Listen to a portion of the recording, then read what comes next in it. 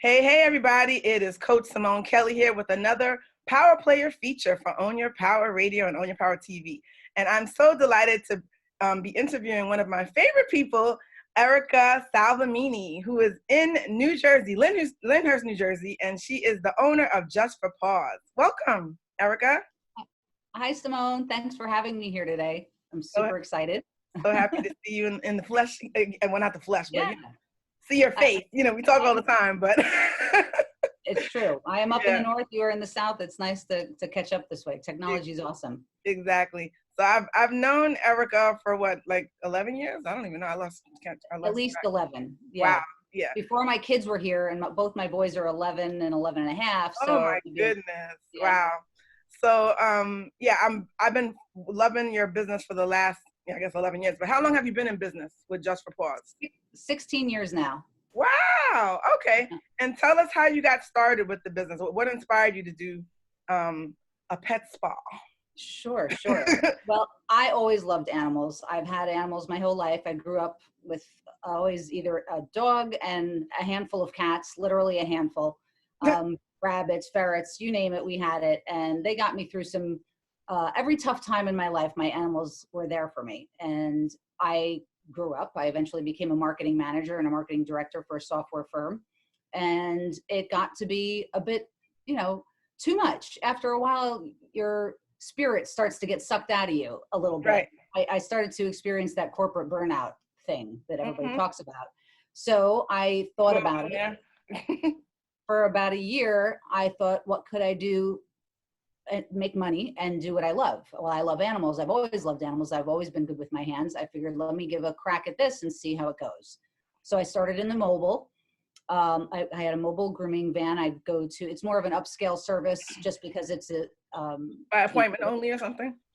Yeah, you're going to people's homes. You're making house calls. So it's a little bit more exclusive.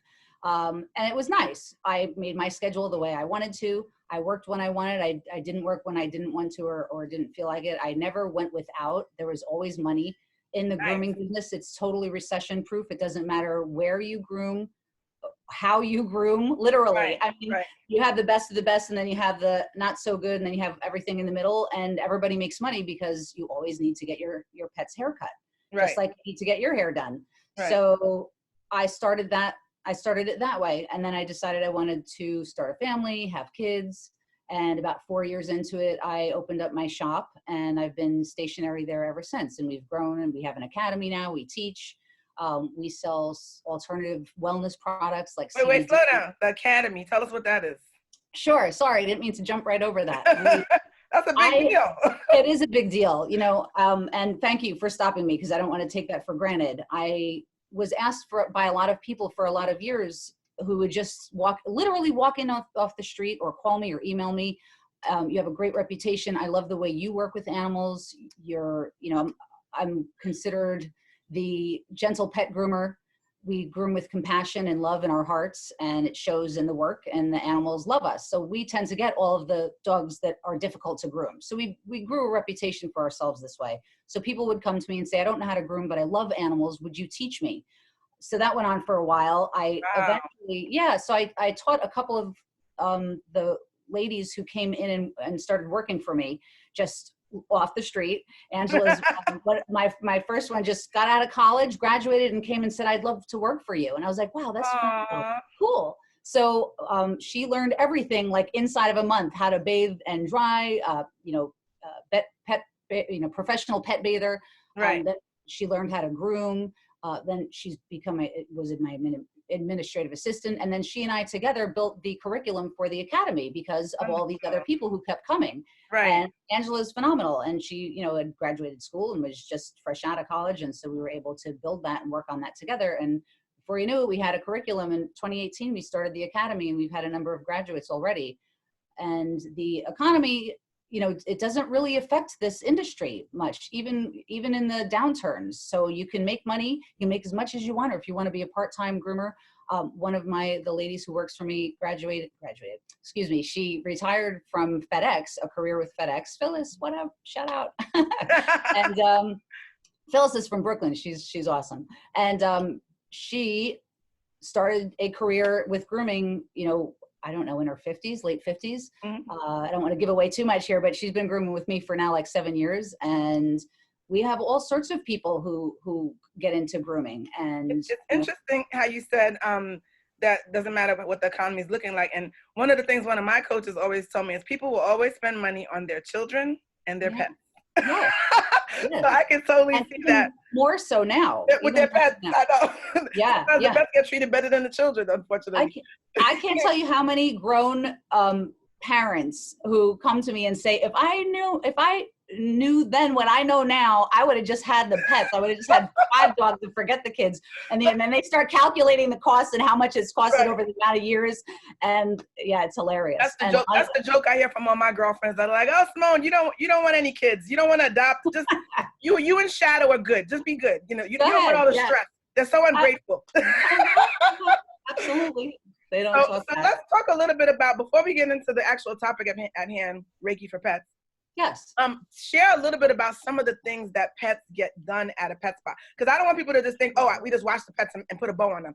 Your pet spa, I want to go there. Like the things you tell me about what these pets get done, like their paws. What is the thing they get? We have a number of treatments actually for the paws. So we have a moisturizing pad balm, which moisturizes the bottom of their feet, just like you would if you had calluses on your feet. So we have that, and then we also have an Epsom salt soak, which is really nice for helping draw out impurities. And it's an organic product that we use. It's an excellent product. So they're soaking in it while you bathe them or something? So we have very big, large. I would love to see like a video of how this looks. I'll have to do one. We have little snapshots here and there, but not a full video of it. And we have little basins, which are actually brand new, bought off the shelves kitty litter pans. So, they're about, imagine the size of a kitty litter pan. We have multicolored, stacks of them. And then we put in a cup of the Epsom salt and some warm water and put the basin inside the tub. And so they can soak in it while we're doing the very facial, while we're putting, Wait, back up. They get a facial? They do. We have an exfoliant facial. I love it. It whitens and brightens all of the tear staining area. Oh, yeah. A lot of animals have those.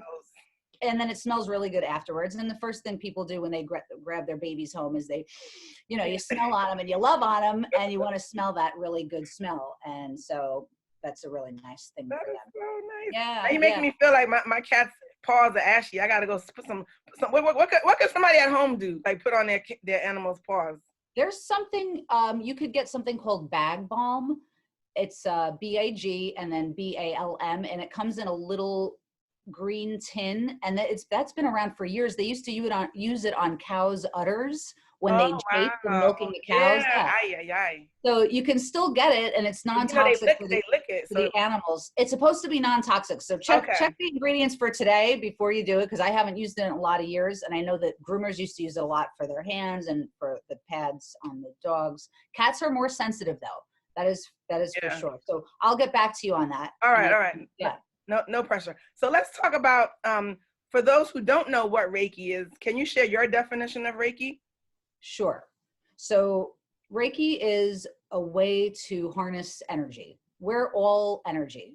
Us humans, energy is around us. Energy is in the animals. It's, you are a body of energy, but then you can create a situation and that creates energy. So there's energy, all kinds of energy, right? And then there's the universal life force energy, which is where we get this most bountiful amount of energy from. So in Reiki, it's a Japanese alternative.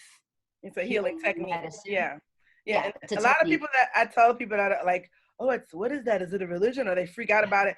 I use the example of Dr. Oz used to be a heart surgeon. His wife is a Reiki master. Before and after surgery, she would work on the patients. Did you know about that? That's phenomenal. I didn't know about that. That's amazing. Like that blew my mind. But then also in Florida, I mean, a lot of places are kind of behind the times, but like in Florida, and I know in California, a lot of nurses are trained or they go get training in Reiki.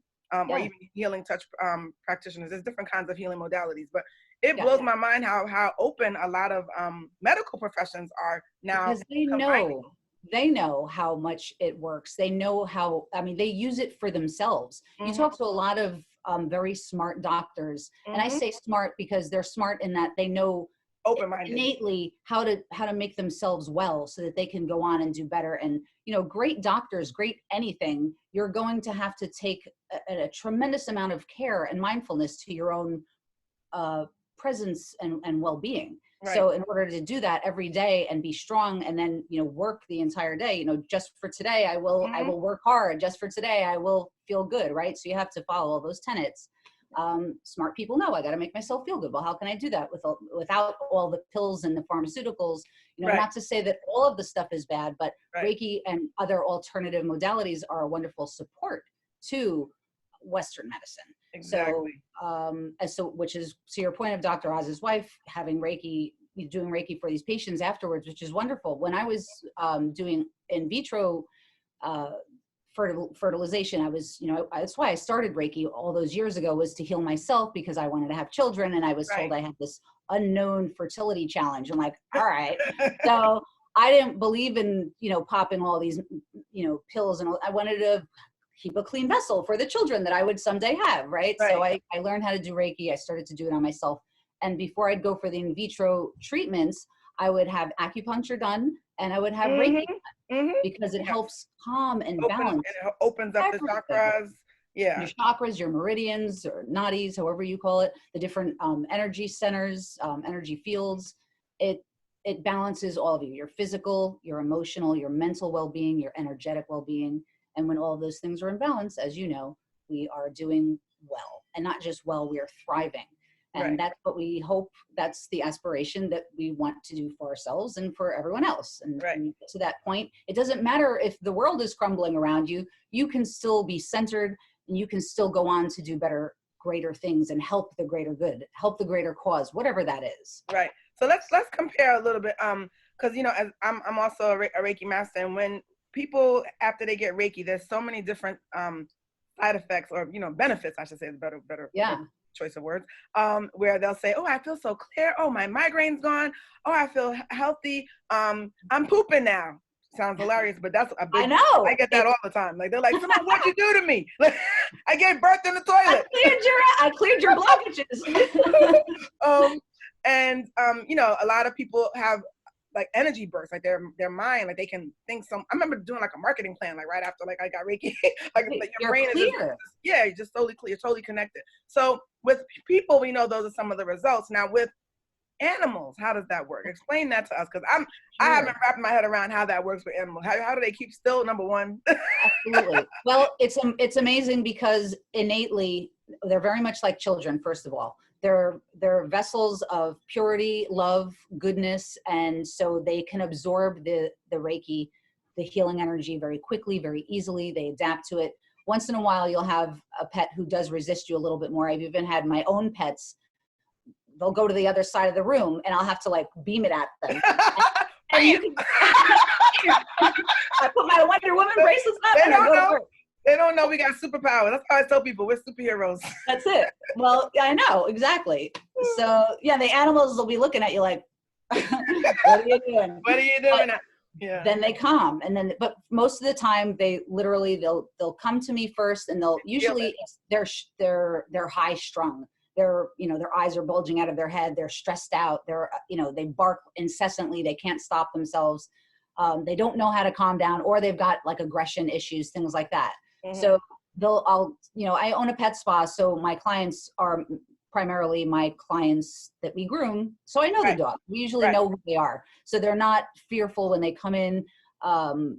Anyway, they're usually, sometimes they are, you know, some of these pets, they do, they have PTSD just like we do. Some of these pets are adopted, and you don't even know what they've been through, or you can sometimes tell it's just, you know, the stress, it transcends down from the person to the pet, whatever it is. Yeah. Sometimes the people will say, Erica, I don't know what's going on. You know, Jojo's been doing great, but then all of a sudden he just started, I'm like, all right, well, what's going on at home? Well, yeah. You know what? I'm going through a divorce. We just moved. I used to work from home, and now I work in an office, and I'm not there anymore. Now the dog's pooping in the house. Well, that's like a no-brainer, you know? So stuff like that, you can kind of intuitively, and I am empathic as well. So I can communicate with these pets. I mean, I literally just about immediately can sense, and we have this open, energetic line of communication.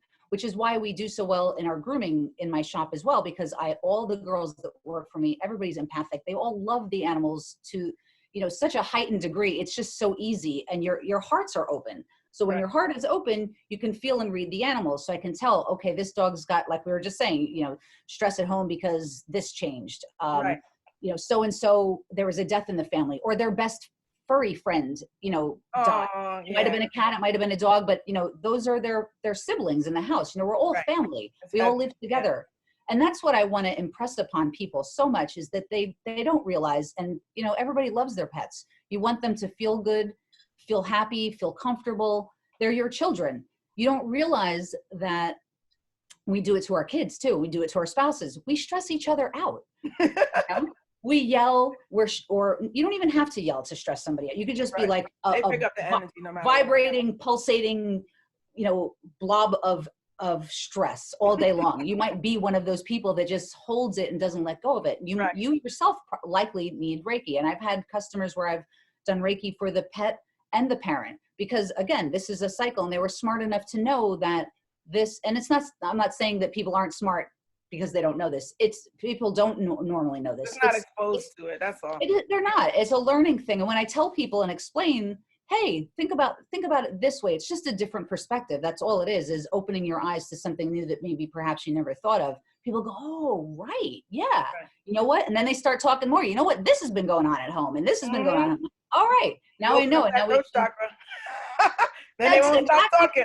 That's it. So and I work on the pets a similar way too. Something I noticed, because whenever I work on a client that if I do Reiki on somebody and they have an animal, that animal definitely wants to be near us or get on the table, and I'm like, come on, let's No, they're trying to get in on that good stuff, Simone. They know. They always know. My cats always come around me. And they'll circle around me, and they'll sit down and then just stay there and take it in just take it in. So with the process, tell me briefly, like, how does it work with a Reiki session for a pet? Like, are they laying on the table? Or are they just sitting up, depending on how crazy they're acting? And then they're on the there's soft music. Is there candles and incense? Like, what do you do? Like, yes, I do. I set it up that way. So I have a small shop right now, looking to open up a wellness center, and so we can have our own studio space just for the Reiki treatments and classes. But right now we have, like one of those accordion room divider things, like Asian style. I put it around my grooming station, which I've cleared out just for the Reiki, healing session. So I'll have my little candle. I'll come over with my Palo Santo, and I sage the room. I sage myself. I do a little bit of saging around. It's not sage. It's I know what you mean. Palo Santo, same thing. Around the animal, and then I'll put my nice. Usually I'll use like something with solfeggio frequencies. They're the frequencies that open up your chakras, and they help heal different things, whether it's emotional healing, mental clarity. And the list goes on and on. So I'll put some nice, beautiful music in the background for them for that. I'll have my crystals around me for sure. I always have a number of crystals, and different crystals will help heal different chakral areas, which correlate to the different body parts. Right. Whether it's they're having, thyroid issues, so I'll, work on the throat area, or they're having, stomach and digestive issues, we'll work on the, the root chakra and the staple chakra. Yeah. So a lot of times it's just intuitive. It comes to me. I know exactly where to go. Sometimes the animal will literally tell me and talk to me, and it's an energetic connection. Right. So I'll just hands on right on them, and I'll start to just kind of smooth down their body so they feel relaxed. They'll start to. They always will do this like light panting, like a cadence. Oh. And it's not a stress pant. It's not like But they like it. Yeah. Yeah. So they stop from the stress panting, and they start going to this slow rhythmic cadence. And then they'll usually just drop down on the table and just kind of rest there. It's almost the same every single time. It's wonderful because it's their surrender moment. Yeah. They're like, you know what? This does feel good. I'm going to go ahead and take that. Get in on this. Yeah. And so we do that for like 45 minutes. And then I heal up, I close up their energy space. I, give them an extra dose to help fill them for the day. I call in, archangels to help the same way I would with the people Reiki sessions. And then I also offer a 1-page summary of what we experienced and what we That is went through. really nice. Yeah, because they can't communicate with their owner. Like, hey, this is what Erica did. So it's great that you can explain this chakra was blocked. This is what I picked up. You can kind of tell them what was going on. And it's funny because I always say most animals and children, their chakras are open most of the time. Not, I would say 90% of the time, but animals, depending on if they're going through some kind of health issue or a stress out issue, maybe that there's a lot of things going on. They are a lot more Do you find open. that as something similar? Yeah, I do. And I think that goes to the point of why they're so receptive to accepting it and responsive. So you can see a positive response afterwards. Sometimes they need more sessions than just one. They might need 3 or 4 or whatever the problem is. Sometimes, but you always see a response almost immediately with children as well. So I think that probably does lend to the fact that they're more open. It's, you know, it's when we get older and we start to pile on the garbage and the trauma that's happened in our lives, and then the, you know, swallow it, and you just push it down. Well, I'm too busy now, so let me just hold on to that, and I'll get to it later. And then later never comes because 12 other things happened. And it's the same thing with the pets, the animals, and they don't. Here's the other thing about animals is not only do they, you know, they know how to get rid of some of this stuff. Like, you know, you'll see animals shake or do, you know, some weird funky things. Like, they know how to shake some stuff off, but they can't do all that they need to if they are heavily laden and heavily burdened with stress and trauma from their parents, or if they're just adopted. Oh, that too. You don't know what came with them. Yeah. And if you are a believer in reincarnation, which I happen to be, and they're powerful animals, just like they're powerful people. And some of these animals will come with knowledge and ability. And did you ever meet an animal and you're like, God, that dog or that cat seems really smart, and like they know stuff and they seem so wise? Well, chances are they are, and they do hold on to things, and they do need help. You know, it is a gift to give Reiki to your pet, because if they're taking the hit for us, which is what they're here for. They are little, you know, guides for us on this planet. They're spirit guides in the 3D realm to help us. They help us transmute our toxic stuff so that we can go on a few days longer. They help us feel better and take away our pain and suffering so that we can go on a few weeks longer. I swear I'm a big believer in that, because even I used to always be so fascinated that whenever I do like an intuitive life coaching reading, I'll sit in like my chair, like a big lazy boy chair, and my cat will be clear across the house somewhere asleep. Second I go in my meditation, he sits behind my head. He's like I'm here to assist you. Like, you know, well, look, I am protecting you. Yeah, I'm here to assist you, mommy. So I'm a big believer.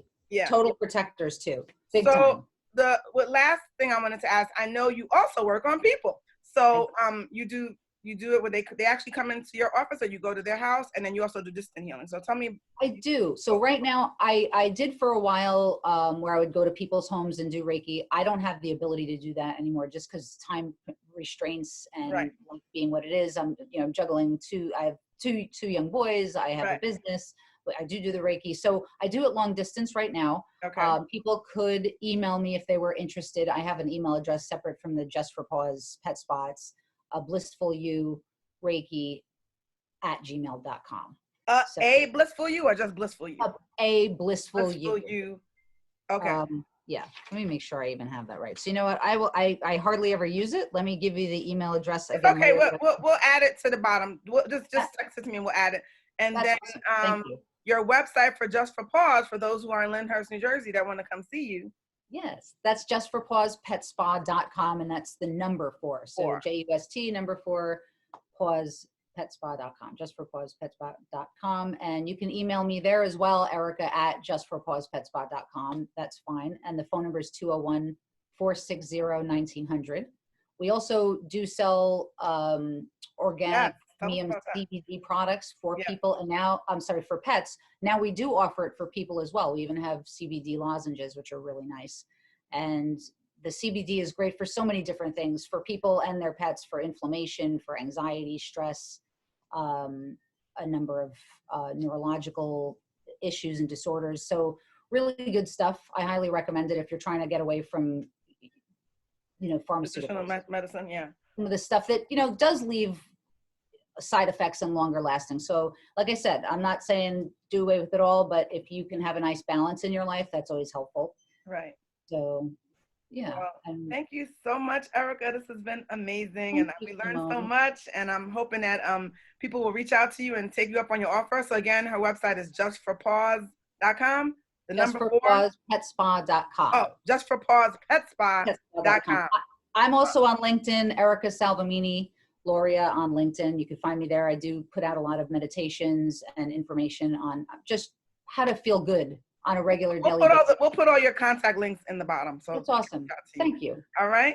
Simone, it was so good to see you. You too. Appreciate it. Thank you.